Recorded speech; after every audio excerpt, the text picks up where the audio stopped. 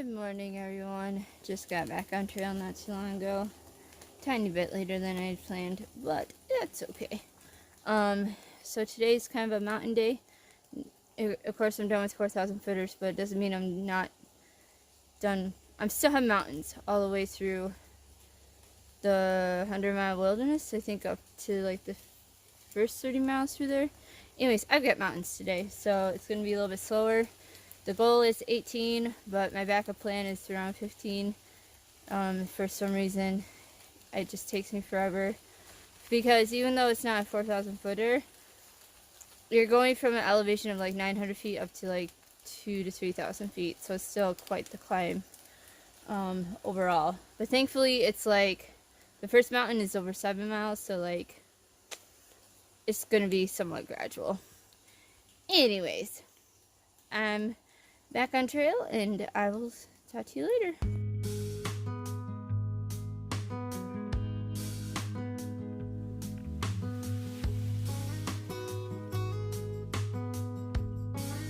Oh shoot, I can't remember if I explained yesterday. I can't remember if I mentioned yesterday, so like, Chef was coming up the trail behind me, and it was around 11 o'clock, and he's like, we started talking about the Kennebec River and the shuttles and whatnot, and or with the canoe. And I was like, oh, well, I'm going to do this because I can't make the ferry. He's like, well, I called a private ferry at 5:30. You want in on that kind of thing? And or we had that kind of discussion.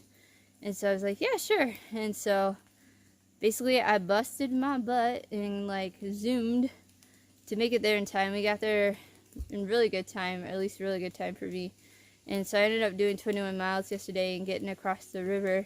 So that was nice. And I stayed at the Sterling Inn last night. Highly recommend it. Like I had my own little private room, everything included, breakfast and all that stuff for like $45, which is nice. Not too expensive. I mean, it's not super cheap, but it's not too expensive compared to like other places.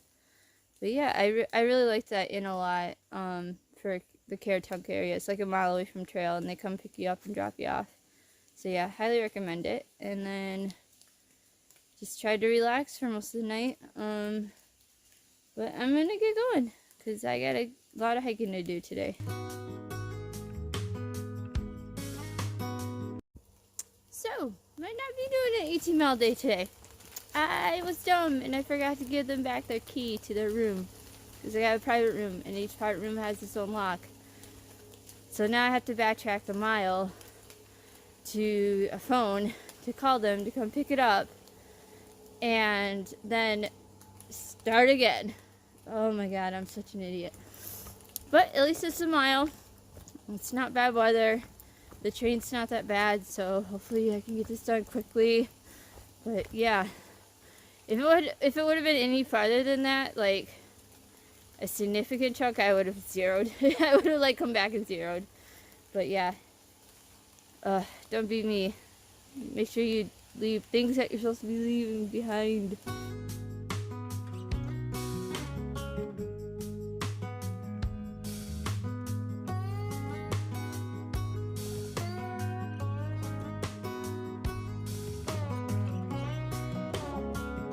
Okay, I'm back on trail. Okay, so I'm not sure when to put this in the video, but I need to get it off my chest. So, I hiked down there. Caratunk is a complete dead zone for cell phone service. There's absolutely none. So, and there's the Caratunk hostel, which is like right in town, and then the Sterling Inn is a mile away down the major road. Anyways, so I get to the Caratunk house because I wanted to get the passport stamp for there because I forgot to do it yesterday when I stopped by there to resupply, and to borrow their phone so that I could call the Sterling Inn and let them know, like, hey, I have your key, sorry, about that, like, can you come pick it up, type of deal. I got the passport stamp, but as soon as I asked to use the phone, the owner was just, he basically said no. And I was just like, seriously? Like, this is a dead zone area for cell phones. Thankfully, I knew that there was a town phone. Like, there's an actual phone at the town office that's on the outside that you can use to call out, because the town realizes that they're in a dead zone and that there's hikers coming through here all the time. So they made sure that a long time ago that they set up a landline so you can actually call places when you get to town. So I literally walked all the way down there to call the Sterling Inn to let them know where the key was, because the owner at the Caratunk house said, oh, just leave the key here and I'll make sure he gets it. And I'm sure he would and everything, but I personally wanted, for my peace of mind, to call the Sterling Inn to let them know, like, hey, this is where the key is, I'm sorry. Because for one major reason, some places like that where they have the actual, like, key, they will charge you if you lose a key, like, a lot of money. And I didn't want them to think it was lost and end up somehow charging me for it. So anyways, it's gonna be fine. The owner from the Sterling Inn is gonna go to the Caratunk house, pick up the key. Everything's gonna be fine that way. But it just kind of made me a little upset, because, like, the small courtesy of not letting me borrow the phone when they let me borrow the phone last night to call the Sterling Inn just kind of set me off. Like, I would have gladly pay whatever fee, like, if they wanted $1 or whatever to make that phone call, because, like, I understand landlines cost money, phone calls cost money. I would be okay with that. I would have paid that. But, like, the owner being like, pretty much, nope. I was just like, I'm not gonna recommend your place to stay at. I'm just not. Like, it's conveniently on trail. I'm just gonna literally tell people it's worth your time to walk up to the town phone and call Sterling Inn and just stay at the Sterling Inn. Whereas before that little interaction, I was very neutral about the Caratunk house, and I was just like, okay, whatever, it's here, cool. Has a decent resupply, cool. But yeah. Anyways, it kind of set me off a little bit, but I'm back on trail. I need to get going. It's almost 9, which means my little slip up and the little bit getting late back to trail means I lost 4 miles of hiking, so that sucks. But hopefully I can make it up in somewhere. But anyways, I'm gonna get going. Oh, and I wanted to add, the reason why I called the Sterling house from the Caratunk house last night is because the Caratunk house was completely booked. So the only other place to stay at was the Sterling Inn. And I honestly, like, that place was so awesome. Like, more people should be staying there, in my opinion. Like, I loved it that much. So, anyways, gonna go.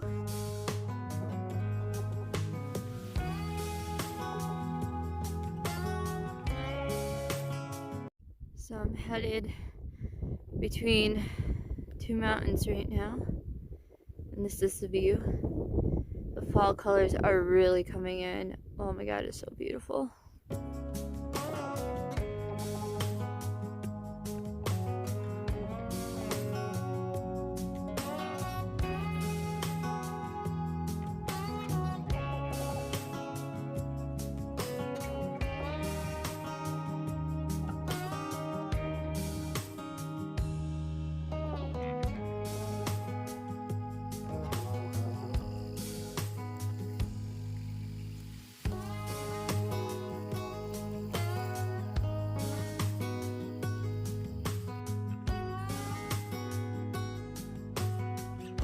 So we're on a bit of a road walk near, I can't remember what this pond name is, but I'm like less than 3 miles away from the Bald Mountain Shelter, and then on the other side of Moxie is the Bald Mountain Pond Shelter. Anyways, I'm just going to the first one. I thought I could make it to the second one, but since I screwed up today with my with that key, even though I tried to zoom as much as I could, like, I'm not gonna make it to the other up and over that mountain in time before dark. So, and also, I'm starting to get really tired right now. Like, really tired. One thing I forgot to mention is last night I woke up at like 2 in the morning and could not fall back asleep at all. So, anyways, I'm gonna get hiking so I can get to camp early and just rest for a little bit. Because tomorrow, that means I have to do 22 miles into Monson. And once I get up and over the mountain, that's fine. Because the rest of it's flat. But it also means I have to zoom the whole time. So, well, I'm gonna get going. Bye. So I've seen this one other time. It's like a icicle mushroom or something. It reminds me of the coral mushrooms, except for it's growing the wrong way. It's growing down instead of up. Yeah, if anybody has any idea what kind of mushroom this is, thanks.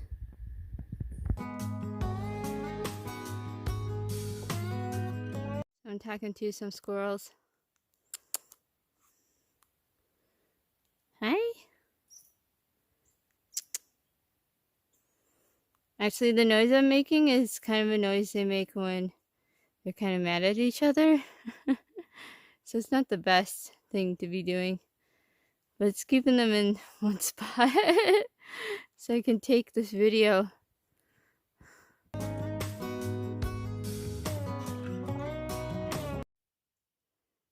like, I don't know, I'm 4 feet away from this one. And it's being kind and let me take its picture and video. The other one ran up the tree. It was not amused. Oh, and for people from back home, those aren't baby squirrels. They look like baby squirrels, but they're not. They're red squirrels, I believe, and they're a lot smaller than the gray ones we have at home. So, but yeah, I'm less than 2 miles from the shelter.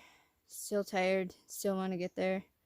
I have packed out a soda. I think I said that before, so I'm really excited to get that soda. But yeah, sorry, super tired. I'm gonna go.